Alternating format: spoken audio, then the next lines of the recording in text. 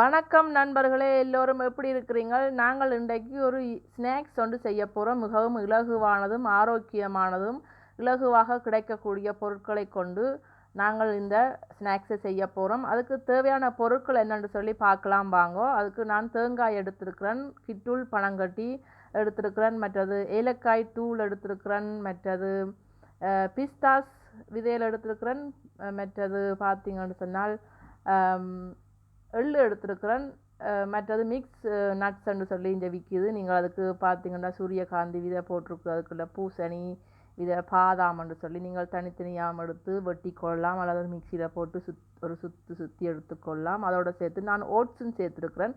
இந்த oats bucket வந்து எங்களுக்கு கொஞ்சம் நிறைய வந்தது, அப்போ அதையும் சேர்த்து இதோட போடுறேன். நீங்கள் இதுக்கு பதிலாக மற்ற ஓட்ஸையும் வந்து லைட்டாக ரோஸ்ட் பண்ணிட்டும் சேர்க்கலாம். இப்போ நான் தேங்காயை வந்து முதல் ரோஸ்ட் பண்ணி எடுப்போம். இந்த பொருட்களோட அளவுகள்லாம் பார்த்தீங்கன்னா இந்த அளவுலான் போடணுமெண்டு இல்லை, நீங்கள் விரும்பின அளவில் கூட குறைய போட்டு செய்யலாம், அது உங்களுடைய விருப்பம். இது ஒரு ஐடியா மாதிரி தான் செய்கிறேன். அதுக்கு பார்த்தீங்கன்னு சொன்னால் இதில் வந்து நீங்கள் தேங்காய் பூவும் எள்ளும் எடுத்தீங்கன்னா மிகவும் சுவையாக இருந்தது. இது பார்த்தீங்கன்னா ஓட்ஸ் வந்து இப்படி பேரிஸ் எல்லாம் கலந்து அதோட இருந்தது இந்த பக்கெட். இது பாலில் ஊற்றி போட்டு அப்படியே சாப்பிட்றது. நான் அதை வந்து இதோட சேர்த்து அதையும் ஒரு பொருளாக சேர்த்து செய்கிறேன். விதவிதமான ஓட்ஸுகள் இருக்குது, நீங்கள் தனியாக ஓட்ஸையும் எடுக்கலாம். இப்போ நான் அந்த வறுத்த அந்த ரோஸ்ட் பண்ண தேங்காய் பூவை வந்து ஒரு பக்கம் வச்சுட்டு இந்த பாதாம் கொட்டையில் வந்து ஒரு சுற்றி எடுப்போம். என்னென்னு சொன்னால் அது கொஞ்சம் பெருசாக இருக்கிறபடியாக நீங்கள் பெருசாக ஏதாவது நட்ஸ் எடுத்தீங்கண்டா இப்படி ஒரு சுற்றி போட்டு அதை வந்து கலந்தீங்கண்டா இலகுவாக இருக்கும் பிடிக்கிறாக்கு.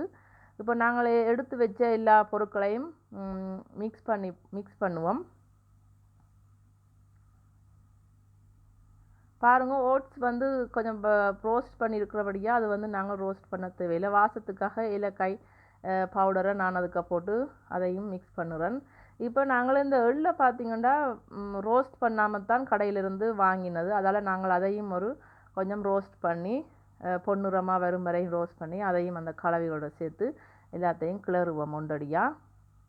இப்போ பார்த்தீங்கன்னு சொன்னால் இந்த நட் செய்கிற இந்த போல் அல்லது இந்த ஸ்நாக்ஸ் செய்கிறதுக்கு நான் வந்து சில அச்சுகள் எடுத்துக்கிறேன். உங்களுக்கு விருப்பமான அச்சுகளை நீங்கள் வீட்டில் இருக்கிற அச்சுகளை எடுத்து பாவிக்கலாம். அப்படி அந்த அச்சுகள் இல்லாட்டிலும் கையிலே உருண்டை மாதிரி பிடிக்கலாம். இது வந்து முட்டை வந்த பெட்டி, அதையும் வந்து கழுவி போட்டு நல்லா நான் அதுக்கு நெய் பூசுகிறேன். நீங்கள் பட்டர் எண்ணெய்ன்னு சொல்லி எதனால பூசலாம். நான் வந்து இந்த கித்துள் பனங்கட்டியை வந்து சீவி எடுக்கிறேன். நீங்கள் இந்த கித்துள் பனங்கட்டிக்கு பதிலாக நார்மல் சர்க்கரை கருப்பட்டி என்று சொல்லி அல்லது சீனி என்று சொல்லி எதுவும் போடலாம்.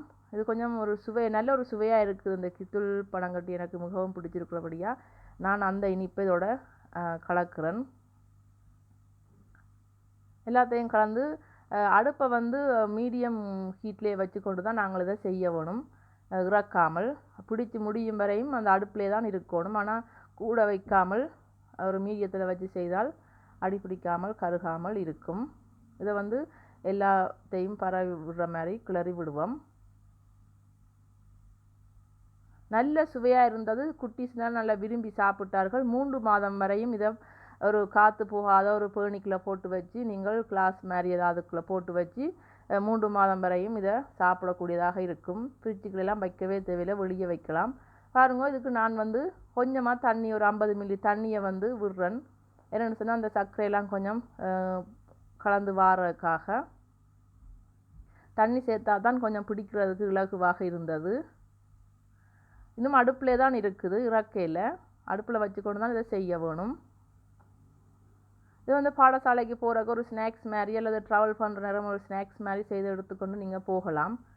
பாருங்கள், நான் இருக்கிற என்னுடைய வீட்டில் இருக்கிற அந்த அச்சுகளில் செய்கிறேன். ஒரு இதே மாதிரி ஒரு அச்சு இருந்தது, அதில் செய்கிறேன். பாருங்க, மற்றது பார்த்திங்கன்னா இந்த ஐஸ் போட்டு வைக்கிற அந்த டியூப் மாதிரி அது இருக்கும், அதுக்குள்ளேயும் போட்டு பாருங்கள். எல்லாம் நல்ல இறுக்கமாகவும் இல்லை லூஸாகவும் இல்லை, அப்படி கடிச்சு சாப்பிட்றதுக்கு கடையில் வாங்கி எப்படி நாங்கள் சாப்பிட்றோமோ அதே மாதிரி இருக்கும்.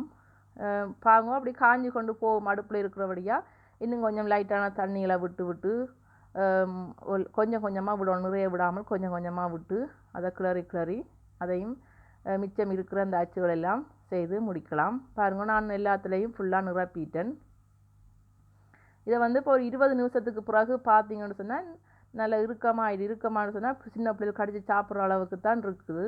இந்த எள்ளு உருண்டை மாதிரி அதை விட கொஞ்சம் நல்லா இருக்குது சாப்பிட்டு பார்க்க. ஏன்னா எல்லா நட்ஸும் சேர்ந்து இருக்கிறபடியாக நல்ல ஒரு சுவையாக இருந்தது உண்மையாகவே. நீங்களும் இதை கட்டாயம் வீட்டை செய்து பார்த்துட்டு உங்களோட கருத்துக்களை எனக்கு சொல்கிறதுக்கு மறக்காதீங்க. பாருங்கள், அப்படி அச்சு இல்லாட்டி நீங்கள் உருண்டை மாதிரியும் பிடிக்கலாம். பெருசு சின்னன் உங்களுக்கு விருப்பமான டிசைன்களில் பிடிக்கலாம். அளவுகள்லாம் உங்களுக்கு விருப்பமான அளவுகளில் கூட குறைய எது விருப்பமோ அதை கூட குறைய போட்டு நீங்கள் செய்யலாம். இதுதான் நண்பர்களே என்னுடைய ஈவினிங் ஸ்நாக்ஸ். அதை ஒரு காற்று போகாத ஒரு பெட்டிக்குள்ளே ஒரு பேணிக்குள்ளே போட்டு இறுக்கி மூடி வச்சால் பழுதா போகாமல் இருக்கும். என்னுடைய காணொளி உங்களுக்கு பிடிச்சிருக்குன்னு நினைக்கிறேன். பிடிச்சிருந்தா லைக் பண்ணுங்க, ஷேர் பண்ணுங்க, சப்ஸ்கிரைப் பண்ணுங்க. இன்னும் ஒரு காணொளியில் சந்திப்போம். நன்றி, வணக்கம்.